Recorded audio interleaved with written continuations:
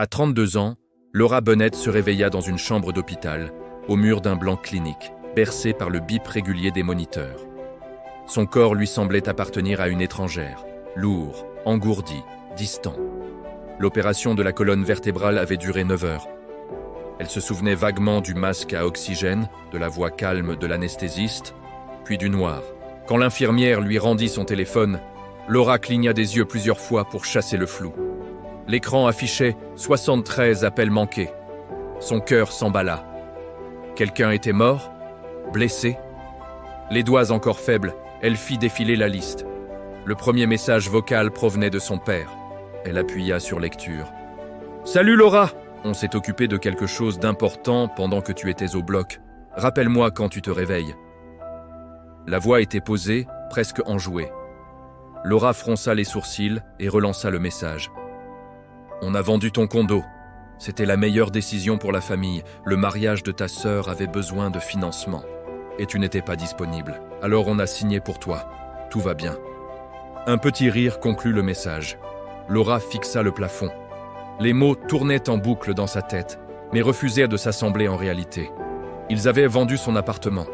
8 ans d'économie, 8 ans de double shift, de renoncement, de solitude choisie, pour construire enfin quelque chose à elle. Elle tenta de se redresser. Une douleur électrique traversa sa colonne. Et la cloua sur le matelas. Les larmes montèrent, non pas de souffrance physique, mais d'une incrédulité si profonde qu'elle en devenait presque physique. « Il n'aurait pas » murmura-t-elle. Mais il l'avait fait. L'infirmière revint avec un gobelet d'eau. « Ça va, ma belle ? Vous êtes toute pâle. » Laura hocha la tête mécaniquement. À l'intérieur, pourtant, quelque chose venait de se fissurer, ou peut-être de se solidifier. Un calme étrange, presque froid, s'installa au creux de sa poitrine. Elle attrapa son téléphone et composa un numéro, qui n'était pas celui de ses parents. 7 semaines plus tôt, tout semblait encore réparable. Laura était assise dans le cabinet de son neurologue, les mains crispées sur les accoudoirs. « Hernie discale L4-L5 sévère », expliqua le médecin. « On peut opérer. Mars prochain, soulagement probable à 85 à 90%. Pour la première fois depuis 3 ans de douleur chronique, Laura respira vraiment. Ce soir-là, elle appela ses parents. « Je vais me faire opérer », annonça-t-elle prudemment. « En mars ?» répondit sa mère d'une voix distraite. On entendait les rires d'Émilie en fond. « C'est en plein milieu des préparatifs du mariage. J'aurai besoin d'aide après », précisa Laura. « Alors tu te débrouilleras », trancha son père. La ligne se coupa avant qu'elle puisse répondre. Laura resta longtemps assise dans le noir, le téléphone encore chaud contre sa paume. Elle n'était pas choquée, juste fatiguée. Profondément, anciennement fatiguée. En grandissant, elle avait très tôt compris sa place dans la famille. L'aînée sérieuse, la fiable, celle qui n'avait pas besoin qu'on s'occupe d'elle. Quand elle avait obtenu son diplôme universitaire avec mention, ses parents étaient absents. Émilie avait une audition importante. Quand Laura avait acheté son condo à 27 ans, son père avait froncé les sourcils. « Tu aurais pu aider ta sœur à la place !» Alors, elle avait travaillé encore plus. Double vacation, side hustle le week-end, économie obsessionnelle. Le condo n'était pas du luxe, c'était une preuve. La preuve tangible qu'elle existait, qu'elle valait quelque chose, même si sa famille refusait de le voir. Émilie, elle, avait 28 ans et n'avait jamais vraiment appris à se tenir debout seule. Créative, sensible, disèrent les parents. Traduction, incapable de garder un emploi plus de 6 mois, mais toujours pardonnée. À 21 ans, voiture neuve offerte. À 21 ans, Laura faisait des doubles shifts dans un café pour payer ses frais de scolarité. Laura peut se débrouiller, disait toujours sa mère. Émilie a besoin de soutien. Le soutien. Un mot si doux pour masquer un favoritisme aussi ancien que leur enfance. La semaine précédant l'opération, Laura s'organisa seule. Aide à domicile engagée, lit médical installé dans le salon. Pour éviter les escaliers, frigo rempli de repas préparés. Ses parents ne proposèrent rien. Ils appelèrent « seulement pour parler du mariage !» Le lieu à 80 000 $, la robe d'Émilie magnifique. « Je vous ai déjà donné 20 000 pour les fiançailles », rappela Laura. « C'était il y a des mois », répondit sa mère d'un ton sec. « Là, c'est différent. » Laura ferma les yeux. « Je ne peux pas, je me fais opérer dans 5 jours. » La communication fut coupée. Ce soir-là, seule dans son condo, Laura fit lentement le tour des pièces. La petite cuisine où elle préparait ses repas à 2 heures du matin après son shift. Le balcon étroit où elle buvait son café, en regardant la ville. 8 ans de sacrifice condensés entre ses murs. Elle se souvint de la phrase que sa mère lui répétait enfant. « Tu n'es pas la jolie, Laura. Toi, tu es l'intelligente. Tu devras travailler plus dur. » Elle l'avait cru. Le travail était devenu sa religion. Ce que ses parents ignoraient ou avaient choisi d'oublier, c'est que Laura les avait déjà sauvés une fois. 4 ans plus tôt, une amie banquière l'avait appelée en chuchotant. « Tes parents risquent la saisie. 180 000 $ de dette. » Laura avait vidé ses économies et leur avait donné 30 000 $. « On te remboursera », avait promis son père. Il ne l'avait jamais fait. Il n'en avait même plus jamais reparlé. Allongée dans son lit d'hôpital, ce souvenir la brûlait comme de l'acide. Elle composa un numéro. « Ruth, c'est Laura. »« J'ai entendu », répondit immédiatement sa tante Ruth, la sœur aînée de son père. « Ton père a essayé de me convaincre que c'était normal. Je lui ai dit qu'il avait tort. » Laura ferma les yeux. « J'ai besoin de ton aide. » Ruth répondit au téléphone avec une voix douce mais ferme, comme quelqu'un qui a déjà vu trop de tempêtes familiales. « Explique-moi tout, Laura. » Sans rien cacher. Laura parla pendant près de 20 minutes. L'opération. Le message vocal. La vente du condo. Les 425 000 $ partis en fumée pour financer le mariage d'Emily. La procuration falsifiée. Le rire de son père à la fin du message, comme si c'était une blague entre eux. Ruth écouta sans l'interrompre. Quand Laura eut fini, il y eut un long silence. « Une fois que tu fais ça, il n'y aura pas de retour en arrière, » prévint Ruth. « Ils ne te pardonneront jamais. » Laura laissa échapper un petit rire sec, presque douloureux. « Ils ont vendu ma maison pendant que j'étais inconsciente sous anesthésie générale. Le pardon a cessé d'être une option il y a longtemps. » Ruth expira lentement. « De quoi as-tu besoin ? Je vais te donner une enveloppe scellée. Garde-la en sécurité. Apporte-la au mariage si quelque chose tourne mal pour moi. Et Ruth, merci d'être la seule à avoir toujours vu clair. » « Tu as toujours été plus forte qu'il ne le méritait, » répondit Ruth. « Je serai là. » 3 jours plus tard, l'avocat de Laura, Marcus Ellis, entra dans la chambre d'hôpital avec un dossier épais sous le bras. Il avait la quarantaine, costume gris impeccable, regard calme de quelqu'un qui a vu trop de trahisons familiales. « C'est pire que ce que tu imaginais, » dit-il en s'asseyant. Il étala les documents sur la tablette du lit. Procuration falsifiée, signature imitée. Le « T » final de Bennett était trop raide, trop hésitant. Cachet de notaire provenant d'un cabinet déjà impliqué dans 2 affaires de fraude antérieure. Faux en écriture privée, usurpation d'identité, escroquerie. Ce sont des crimes graves, Laura. Ils risquent gros si tu portes plainte. Laura déglutit. Je peux récupérer mon condo ? Marcus secoua la tête. L'acheteur est de bonne foi, l'argent est parti, mais... Il fit glisser une autre feuille. Tu possèdes toujours la maison de tes parents. Laura releva brusquement la tête. Quoi ? Il y a 4 ans, quand ils risquèrent la saisie, tu as acheté la maison via une LLC anonyme. Tu la leur loues depuis, sous un bail classique. Le loyer est symbolique, mais le bail expire exactement 1 semaine après le mariage d'Emily. Laura se souvenait vaguement d'avoir signé ces papiers. À l'époque, elle s'était dit que c'était de l'amour filial, pas de la faiblesse. « Rédige l'avis de congé, » dit-elle d'une voix neutre. « Je te dirai quand le remettre. » Marcus la regarda longuement. « Tu es sûr ? Une fois lancé, c'est irréversible. » Laura fixa le plafond blanc. « Ils ont choisi pour moi quand ils ont signé à ma place, à mon tour. » Marcus hocha la tête et rangea les documents. « Je prépare tout. Appelle-moi quand tu es prête. » 1 semaine avant le mariage, Emily appela. Sa voix était sucrée mais tranchante comme une lame fine. « Tu stresses maman et papa, Laura. Pourquoi tu ne peux pas juste être heureuse pour moi ?» Laura répondit d'un ton égal. « Est-ce que tu sais d'où vient l'argent du mariage ?» Emily hésita 1 seconde de trop. « Ça ne me regarde pas. Tu savais que j'étais en opération. Tu savais que j'avais ce condo. » La voix d'Emily claqua. « Tu es jalouse, tu es seule, et maintenant tu essaies de gâcher ma journée. » Laura laissa les mots glisser sur elle sans s'accrocher. « Je te verrai au mariage. » Elle raccrocha. Le lendemain soir, Émilie posta une photo sur Instagram. Joues striées de mascara, sourire tremblant, regard brisé. Légende.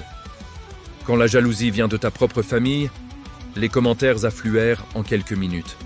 Coupe-la de ta vie. La famille doit te soutenir, pas te poignarder. Elle a l'air amère. Laura regarda le post en silence. Son téléphone sonna sans arrêt. Cousin, tante, ami d'enfance. Personne ne demanda sa version. Il lui dira seulement « Excuse-toi ». Elle ne répondit à personne. À la place, elle prit des captures d'écran de chaque commentaire, de chaque message privé accusateur. Elle les rangea dans un dossier nommé « Vérité ». 2 jours avant le mariage, le dîner de répétition eut lieu dans un restaurant italien privatisé. Laura faillit ne pas y aller. Son dos la lançait encore, chaque pas nécessitait sa canne. Mais elle avait besoin de les voir. Une dernière fois avant le point de non-retour. Quand elle entra, la pièce se tut. Sa mère força un sourire crispé. « On ne pensait pas que tu viendrais. » Laura hocha la tête. « Moi non plus. » Son père leva son verre un peu plus tard. « La famille, c'est le sacrifice, » déclara-t-il avec emphase. Tout le monde a contribué à cette belle journée. Son regard glissa vers Laura, presque triomphant. Elle leva son verre mais ne but pas. Pas encore. À la fin du dîner, alors que les invités récupéraient tous leurs manteaux, Émilie s'approcha avec un sourire forcé. « Je suis surprise que tu sois venue. » Laura la regarda droit dans les yeux. « J'ai un cadeau de mariage pour toi. » L'expression d'Émilie changea instantanément. « Quel genre de cadeau ?» Laura se pencha légèrement. « Quelque chose que tu n'oublieras jamais. » Elle se retourna et partit, appuyée sur sa canne, sans un regard en arrière. Dehors, l'air frais lui fouetta le visage. La douleur dans son dos était vive, mais sous la souffrance physique, il y avait une clarté glaciale. Tout était en mouvement maintenant. Rien ne pouvait plus l'arrêter. Le mariage était dans 48 heures. La vérité avait un calendrier précis. Le jour du mariage arriva comme une journée trop parfaite pour être honnête. Ciel bleu limpide, fleurs blanches cascadant sur les arches. Des lustres en cristal captent la lumière comme des diamants suspendus. Le jardin du domaine est impeccable, les tables dressées avec précision. Les invités en tenues élégantes rient déjà sous les parasols crème. Laura arriva avec Ruth, toutes deux en robe bleu marine sobre. Elles s'installèrent au dernier rang, presque invisibles. Laura s'appuyait sur sa canne, chaque mouvement encore mesuré, mais son regard était clair, posé. Ruth lui serra discrètement la main. « Tu es sûr ? » ?»« Oui, c'est aujourd'hui ou jamais. » Émilie descendit l'allée, rayonnante dans sa robe blanche immaculée, voile flottant comme une promesse. Le marié, un jeune homme d'affaires poli et souriant, la regardait avec une adoration sincère. Les vœux furent prononcés, les alliances échangées, les applaudissements éclatèrent. Quand l'officiant demanda si quelqu'un s'opposait, Laura resta immobile. Émilie lança un regard triomphant vers le fond de la salle, croyant avoir gagné la partie. Laura ne bougea pas. La cérémonie n'était pas l'endroit. La réception le serait, publique, filmée, inévitable. À la réception, sous une grande tente blanche ouverte sur le jardin, les couverts tintaient, le champagne coulait, les rires fusaient. Laura fut placée à une table excentrée, loin de la table d'honneur. Elle mangea peu, observa beaucoup. Son père se leva pour le discours traditionnel. Micro en main, sourire large, il leva son verre. Ce mariage représente tout ce en quoi nous croyons. L'amour, le sacrifice, la famille. Tout le monde ici a contribué à cette belle journée. Et je pense que Laura devrait dire quelques mots. Les têtes se tournèrent. Les yeux de sa mère lancèrent un avertissement muet. Le sourire d'Émilie vacilla une fraction de seconde. Laura se leva lentement. Chaque pas vers la petite estrade était lourd, mais volontaire. La canne claqua doucement sur le parquet. Elle prit le micro. La salle se tut progressivement. « Merci, papa », dit-elle d'une voix calme et claire. « J'aimerais expliquer exactement comment j'ai contribué. » Un murmure parcourut l'assemblée. Laura continua sans élever la voix. « Il y a 6 semaines, j'étais sur une table d'opération pendant 9 heures. Pendant que des chirurgiens travaillaient sur ma colonne vertébrale, mes parents ont vendu mon condo. » Des exclamations étouffées. Quelques téléphones se levèrent discrètement. Ils ont falsifié ma signature sur une procuration. Ils ont pris 425 000 $ pour financer ce mariage. Son père s'avança d'un pas brusque. « Laura, arrête ça tout de suite. » Elle se tourna vers lui, sans ciller. « Tu m'as invité à parler. Laisse-moi finir, s'il te plaît. » Elle sortit un document plastifié de son sac et le leva. « Voici la fausse procuration qu'ils ont utilisée. La signature est imitée. Le notaire impliqué a déjà un passé judiciaire. » Le choc se propagea comme une onde. Des chaises grinçaient, des murmures devinrent des exclamations. Laura regarda Émilie droit dans les yeux. « Mais je ne suis pas venue ici pour ruiner ton mariage. Je suis venue te faire un cadeau. » Elle sortit une seconde feuille. « Ceci est l'acte de propriété de la maison où maman et papa vivent. » Sa mère se leva d'un bond. « Qu'est-ce que ça veut dire ?» Laura prit une inspiration mesurée. « Il y a 4 ans, quand vous risquiez la saisie, je l'ai acheté anonymement via une LLC. Vous la louez auprès de moi depuis. Le bail expire dans 30 jours. » Le silence tomba comme une lame. Son père chancela et se rassit lourdement. Un homme en costume gris s'avança depuis le côté. « Je suis Marcus Ellis, l'avocat de Laura. Tout ce qu'elle vient de dire est vérifiable. La vente du condo était frauduleuse. Nous avons déjà déposé plainte. » Des téléphones filmaient maintenant ouvertement. Émilie attrapa le bras de son mari. « Ce n'est pas ce que tu crois. » Il se dégagea lentement. « Tu savais, » murmura-t-il. « Tu savais d'où venait l'argent. » Elle ne put répondre. Ses yeux s'emplirent de larmes, mais pas de regret, de panique. Les parents du marié se levèrent, visage dur. « Il faut qu'on parle », dit la mère du marié d'une voix glaciale. Ils entraînèrent leur fils à l'écart. Émilie resta seule à la table d'honneur, robe blanche, soudain trop grande, trop voyante. Laura reposa le micro avec douceur. Elle descendit de l'estrade, appuyée sur sa canne. Dehors, l'air du soir était frais. Elle s'assit sur un banc de pierre, épuisée mais étrangement légère. Ruth la rejoignit. « C'est fini », murmura-t-elle. Laura secoua la tête. « Presque. » À l'intérieur, les voix montaient. Des invités partaient par petits groupes. Les téléphones continuaient de filmer. Le mariage parfait se défaisait en temps réel. 1 heure plus tard, le mari d'Émilie, ou plutôt son ex-mari depuis quelques minutes, trouva Laura dans le jardin sombre. Sa cravate était desserrée, son visage fermé. « Je vais demander l'annulation, » dit-il. « Les avocats de ma famille travaillent déjà dessus. » Laura hocha la tête. « Je suis désolé. » Il secoua la tête. « Non. Tu m'as sauvé. » Il s'éloigna sans un mot de plus. Laura resta assise là, sous les étoiles qui percèrent doucement le ciel. La douleur dans son dos pulsait encore, mais pour la première fois depuis des années, son cœur battait libre. Le piège s'était refermé. Maintenant, il ne restait plus qu'à laisser les conséquences faire leur œuvre. Les conséquences s'abattirent, comme une averse tropicale. Soudaine, violente, impossible à arrêter. À peine Laura avait-elle quitté le jardin que les vidéos commençaient à circuler. Sur Instagram, TikTok et les groupes WhatsApp familiaux. Des extraits de 30 secondes.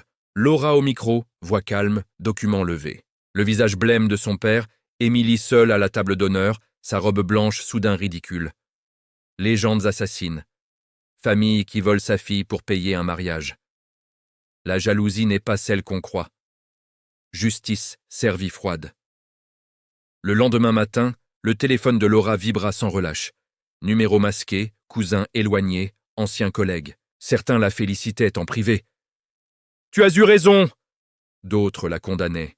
« Tu as détruit ta sœur. Tu es un monstre. » Elle ne répondit à personne. Elle rangea le téléphone en mode silencieux et se concentra sur sa rééducation. Marches lentes à l'hôpital, kiné 2 fois par semaine, étirements qui faisaient encore monter les larmes. 30 jours après le mariage, Marcus envoya l'avis officiel de congé. Un huissier se présenta à la porte de la maison familiale. Le document était clair. Résiliation de bail pour motif légitime. Évacuation exigée dans les 30 jours. Son père appela le soir même.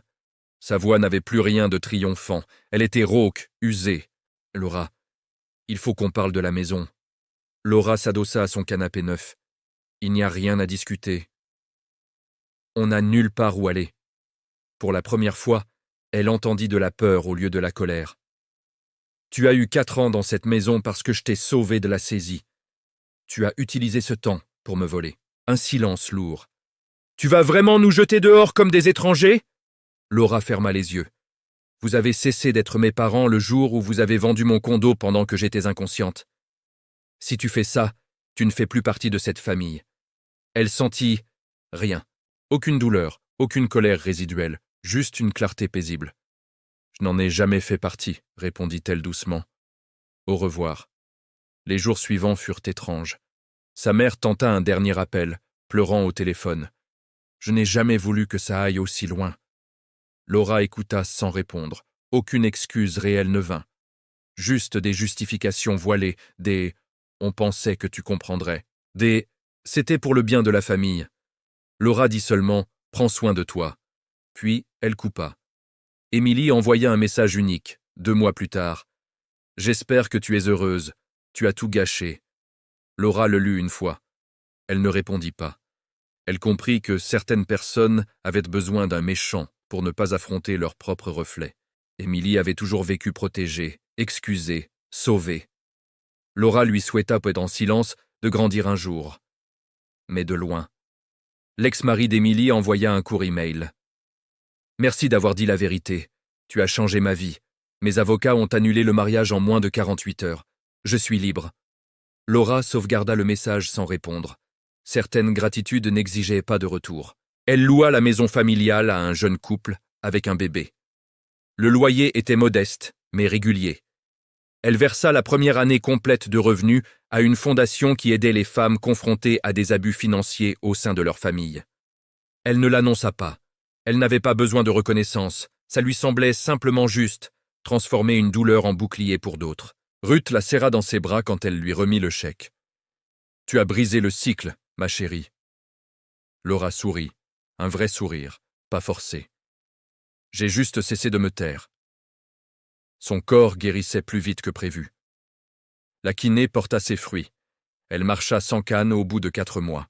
Elle reprit le travail à temps plein, trouva un appartement lumineux avec balcon, petit mais à elle seule. Chaque matin, elle buvait son café face au soleil levant, et pour la première fois, elle ne se demandait plus si quelqu'un l'approuverait. À l'anniversaire de son opération, elle acheta une maison modeste, 2 chambres, un jardin minuscule, payée cash avec ses économies reconstituées. Pas de luxe. Juste la preuve renouvelée qu'elle pouvait construire sans permission. Un matin, sur le balcon, tasse chaude entre les paumes, elle pensa à la fille qu'elle avait été, celle qui travaillait plus dur pour être vue, qui confondait endurance et amour. Elle aurait voulu lui murmurer « Tu n'as jamais été difficile, tu étais juste entouré de gens qui ne savaient pas t'aimer. » Cette pensée ne la faisait plus pleurer. Elle la rendait plus douce envers elle-même. La force, réalisa-t-elle, n'était pas de survivre à la maltraitance, c'était de s'en éloigner. Les mois suivants furent ceux du silence.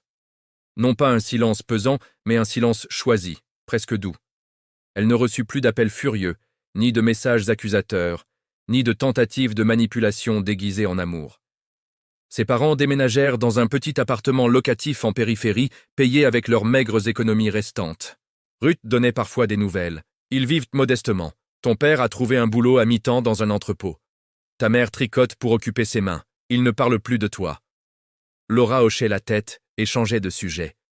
Elle n'avait plus besoin de savoir. Le savoir avait été une chaîne, l'ignorance, une libération. Émilie disparut des réseaux sociaux. Quand elle revint, ses posts étaient différents. Selfies en tenue de sport. Citations sur la résilience. Stories de café solitaire. Pas d'excuses publiques. Pas de mention de Laura. Juste une tentative maladroite de réécrire l'histoire. Elle était la victime d'une trahison familiale. Laura vit un post par hasard. Elle le lut, le referma et sentit rien. Ni colère, ni tristesse. Juste une distance sereine. Un soir d'automne, alors que la pluie tambourinait sur les vitres de son nouvel appartement, Laura reçut un dernier message de son père. Une photo jointe. La maison familiale vide, panneaux, à louer, plantés dans le jardin qu'elle avait tondu. Le texte était court. « Tu as gagné ? On part demain si tu changes d'avis un jour ?» Laura fixa l'écran longtemps.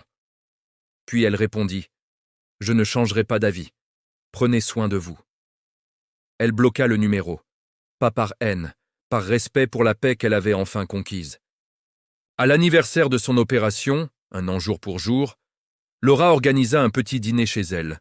Ils mangèrent du poulet rôti, rirent de choses simples, parlèrent de rien d'important. À minuit, quand tout le monde fut parti, Laura s'assit sur son balcon avec une tasse de thé. Elle pensa à la fille de 27 ans qui avait signé les clés de son condo, les mains tremblantes d'émotion. À la femme de 32 ans qui s'était réveillée à l'hôpital, découvrant qu'on lui avait volé sa preuve d'existence. À la Laura d'aujourd'hui, cicatrice sur le dos, mais plus de chaînes autour du cœur.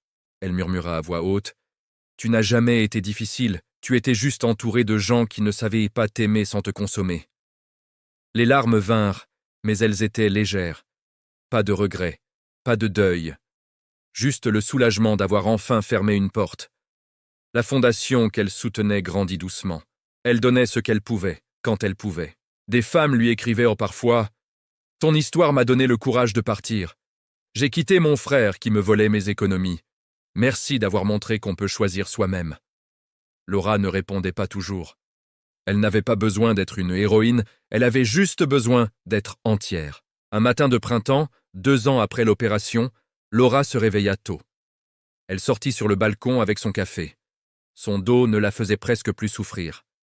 Elle marcha jusqu'au parc voisin sans canne, observa les enfants jouer. Pour la première fois depuis longtemps, elle se sentit chez elle. Pas dans une maison, pas dans une famille, chez elle, en elle-même. Certaines histoires ne se terminent pas par des retrouvailles larmoyantes. Certaines se terminent par une porte fermée, doucement. Une clé tournée une dernière fois, et le bruit des pas qui s'éloignent, sans se retourner. Laura n'avait pas gagné contre sa famille. Elle avait gagné contre l'idée qu'elle devait se sacrifier pour être aimée. Et ça, c'était une victoire qui ne s'effaçait pas.